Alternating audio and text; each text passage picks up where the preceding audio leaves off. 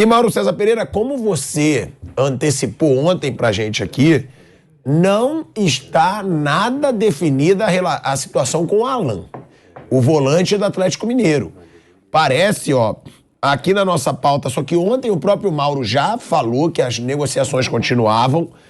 E aí aqui diz que, segundo a reportagem do Globo, as notícias vindas de Minas Gerais na sexta-feira de que o Atlético Mineiro havia desistido de negociar o meio-campista Alan com o Flamengo tinham como pano de fundo a falta de um acordo financeiro.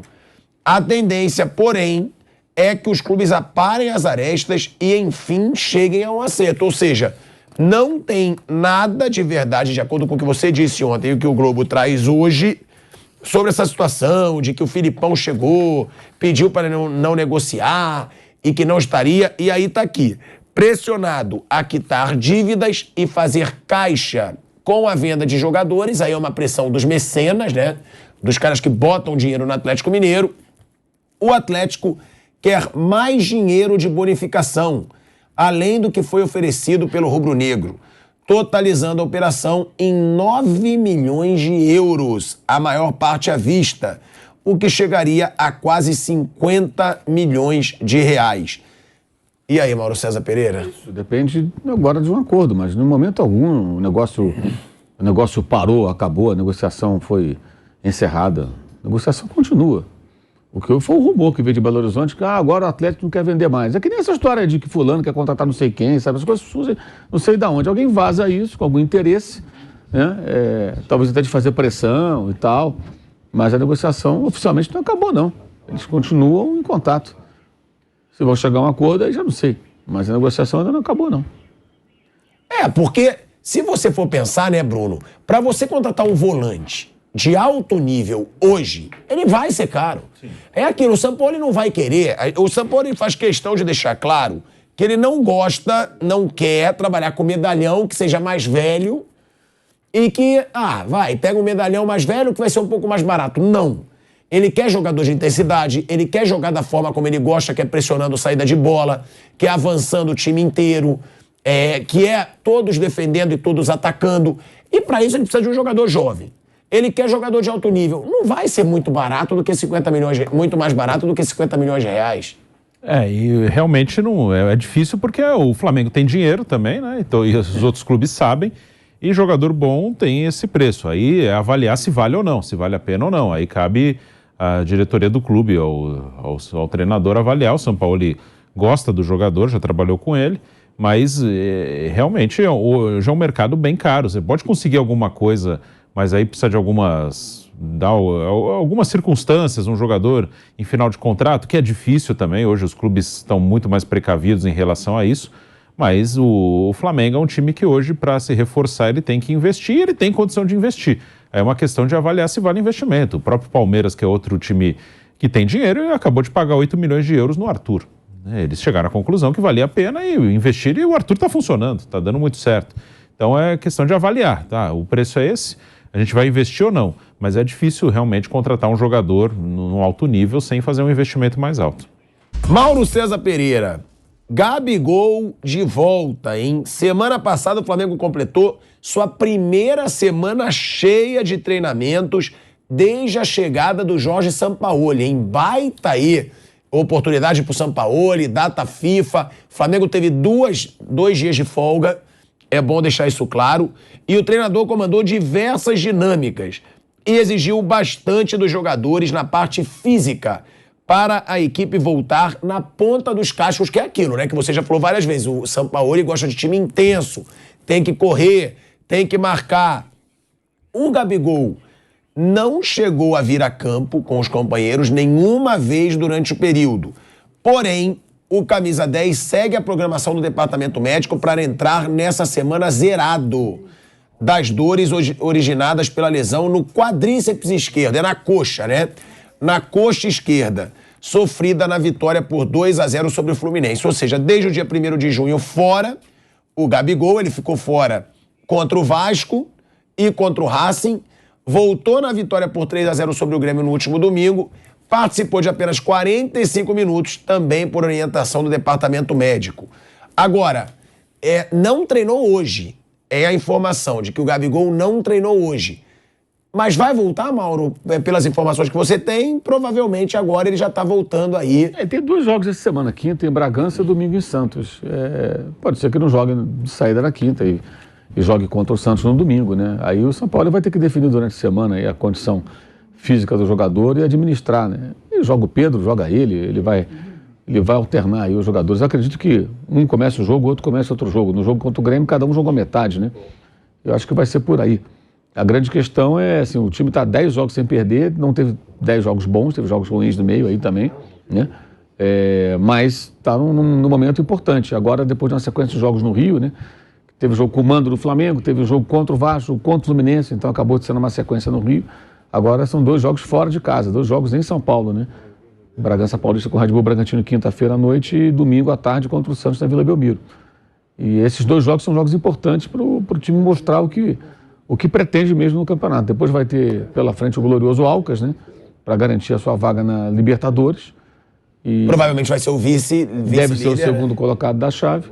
Mas acho que são jogos importantes, porque são jogos fora de casa, contra o Bragantino, onde o Flamengo não costuma sair bem, e depois visitando o Santos. Tem ido bem contra o Santos, tem vencido jogos, inclusive na Vila, nos últimos anos, conseguiu bons resultados lá. Mas acho que essa é uma semana bem importante depois dessa parada, né? Porque cria uma expectativa do que o time vai apresentar depois de ter parado e treinado durante esse tempo todo. Ô, Mário, eu vou te interromper rapidinho pra gente voltar, né, pra Rádio Jovem Pan, em 3 segundinhos. Estamos voltando, hein? De volta à Rádio Jovem Pan, agora na rádio e no YouTube, Mauro César falando sobre essa situação do Flamengo. E outra, né, Mauro, diante do que a gente leu da entrevista do Sampaoli aqui ontem, diante do que a gente viu na entrevista pra Flá TV, né, ele falando que quer futebol, que ele não entende como o jogador que chuta a bola pra lateral é aplaudido em estádio, que ele acha que o respeito ao futebol é você ter a posse de bola, que o torcedor tem que comemorar posse de bola, toque de bola e não chutão. Diante de todas essas declarações, dá pra gente esperar uma evolução desse Flamengo do Sampaoli com essa semana cheia? Ou é muito pouco? Porque pela primeira vez ele teve uma semana cheia. A gente sabe que ele é um cara que prega o toque de bola, posse de bola. Dá pra gente esperar um Flamengo melhor ainda, que o Flamengo vem de uma boa fase. Dá pra gente esperar um Flamengo jogando mais bonito depois dessa semana ou é muito pouco? Eu acho que dá para esperar o Flamengo jogando com uma melhor condição física para executar aquilo que ele pretende. Mais intensidade, né? É a palavra que você diz que... Acho que é o time mais inteiro, né? Eu imagino que isso dê para esperar. O time mais inteiro para poder executar o que ele pretende em campo, né? Que depende muito da parte física. E também sem o desgaste da sequência de jogos, né? O próprio jogo contra o Grêmio foi depois de um jogo com o Racing, antes do jogo com o Racing, jogo com o Vasco, do Vasco teve o Fluminense, antes do Cruzeiro. Todos numa sequência muito intensa. Foram 15 dias aí, Cruzeiro, Fluminense, Vasco, Racing e Grêmio. 5 jogos em 15 dias. Então, acho que dá para esperar um time mais em condições melhores, né? Fisicamente. Consequentemente, tecnicamente, pode se apresentar melhor. Bruno. Pode ter essa evolução. São Paulo, pela primeira vez, vai trabalhar com o time. Na parte física, sem dúvida, era necessário para todo mundo. Vamos ver algumas ideias. O Sampaoli é uma curiosidade, não é que ele seja obrigado a fazer isso, nem que vai fazer. É uma maneira que ele está vendo o time taticamente, também pelas questões físicas dos atletas, isso. Mas ele nunca iniciou com Arrascaeta, Gabigol e Pedro juntos, nenhum jogo. Porque a Arrascaeta também machucou, o Gabigol machucou, o Pedro machucou, todos tiveram problemas. Aí, tenho dúvida, né, qual é a ideia dele, porque eu acho que ele vê o Arrascaeta mais como um segundo atacante do que exatamente um meio-campista ali, para preencher o espaço, né? Um armador, mas jogando mais perto lá do ataque, não para preencher o meio, né? Então isso a gente vai ver depois, mas é um detalhe. Mas o que importa é que o Flamengo, mesmo sem jogar o que pode, né? O Flamengo ainda muito irregular nas atuações, apesar de estar numa sequência de bons resultados, ele está vivo nas 3 competições que interessa. Até na questão do calendário que a gente já falou aqui, até uma parte do ano tem muita coisa assim que vale muito pouco. Só que se você perde, vira um inferno. Aí você perde a Supercopa do Brasil, Recopa Sul-Americana, Estadual, coisas que valem muito pouco. Eu discordo só do Mundial. O Mundial eu tenho uma opinião que vale pra caramba pro time brasileiro, porque poucos vão conseguir ganhar nos próximos anos. Eu acho que ali a missão era chegar na final, aí realmente não cumpriu. Ele perdeu o Al Hilal num início de temporada, aí a gente pode discutir o tempo de férias, um monte de coisa. Mas ali houve um fracasso. Mas eu acho que o sucesso ali não seria nem ganhar do Real Madrid, seria chegar na final. Chegou na final, missão cumprida. Né? Desde que não seja massacrado na final, né? Que faça uma final digna. Mas o que vale, né? O que vai determinar o ano do Flamengo foi bom ou foi ruim, quando a gente estiver lá em dezembro discutindo o ano dos clubes. É o que ele está jogando agora. É o Brasileiro, é a Libertadores, é a Copa do Brasil.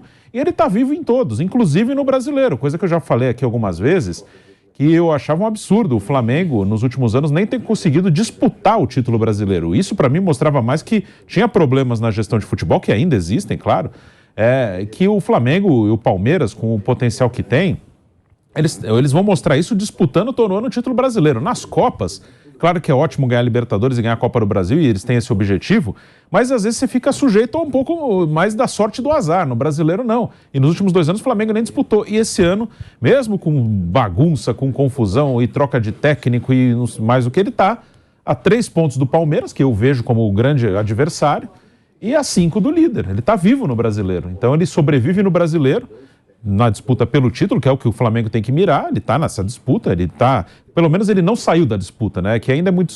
é início, mas em 10 rodadas você pode sair da disputa. Se ele tivesse a 10 pontos do Palmeiras, aí já era, não ia pegar mais. Ele está vivo. E Copa do Brasil, ele pegou um Fluminense que era difícil e passou. Está vivo, está entre os 8. E Libertadores foi mal. Foi mal. É porque o grupo é fácil. Ele perdeu pro Alcas, empatou com o Nublense. E tá vivo. Então ele chegou vivo, com um pouco de sorte também, é verdade, acho que pelo sorteio da Libertadores, com algumas questões, porque teve bagunça de novo esse ano, o Flamengo de novo correu o risco de iniciar mal, por exemplo, o Brasileiro e já ficar muitos pontos atrás, e depois, quando se acertar, não dá mais tempo de chegar, que foi o que aconteceu ano passado.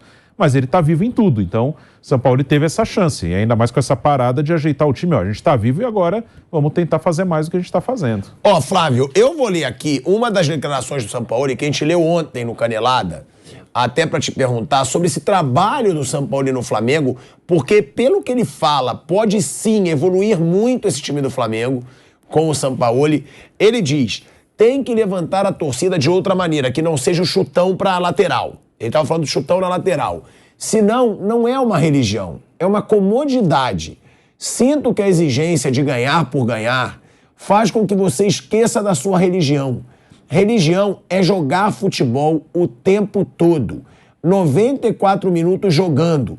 Minha obrigação em meu espaço é que a torcida do Flamengo reprima que um jogador não cuide da bola, que não a dê ao rival, que não a chute para fora. Nunca, nunca. Olha aí, é que o jogador cuide da bola, Flávio Prado, não chute para fora, não entregue para o rival. Ele defendendo o que ele já pregava lá no começo, quando ele chegou no Flamengo. Ele dizia, se não tiver 100% de posse de bola, se não tiver com a bola o tempo todo, eu acho que o meu trabalho vai ser um fracasso. É uma baita declaração, né, que a gente falou ontem, mas você não estava aqui com a gente ontem.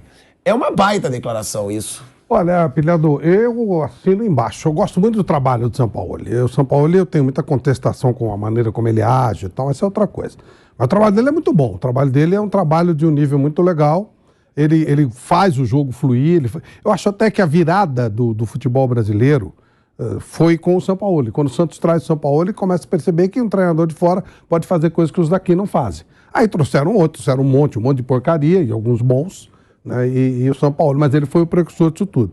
Eu penso exatamente igual a ele, senão é aquela história que eu falo do papo de boteco. Ganhou é bom, perdeu é ruim, é fácil. É aí que eu chamo de papo de boteco. Eu gosto do futebol bem jogado, no futebol de bola trabalhada. Eu já acho que é melhor você... Às vezes é melhor você perder jogando bonito do que ganhar jogando feio. Mas isso é uma coisa também que eu não vou ficar entrando muito nisso aí. Mas o São Paulo, ele trabalha bem a bola. Eu acho que nós vamos ver um novo Flamengo depois dessa semana parada. Esse é um cara que tem o que falar. É um cara que conhece... Pelo que a gente sabe dele, ele trabalha com independência, ou seja, não vai ter interferência, ele vai fazer o que ele quiser do time, tirar e colocar quem ele bem entender. E eu tenho expectativa de um Flamengo voltando no nível muito elevado e cada vez incomodando mais os líderes do campeonato.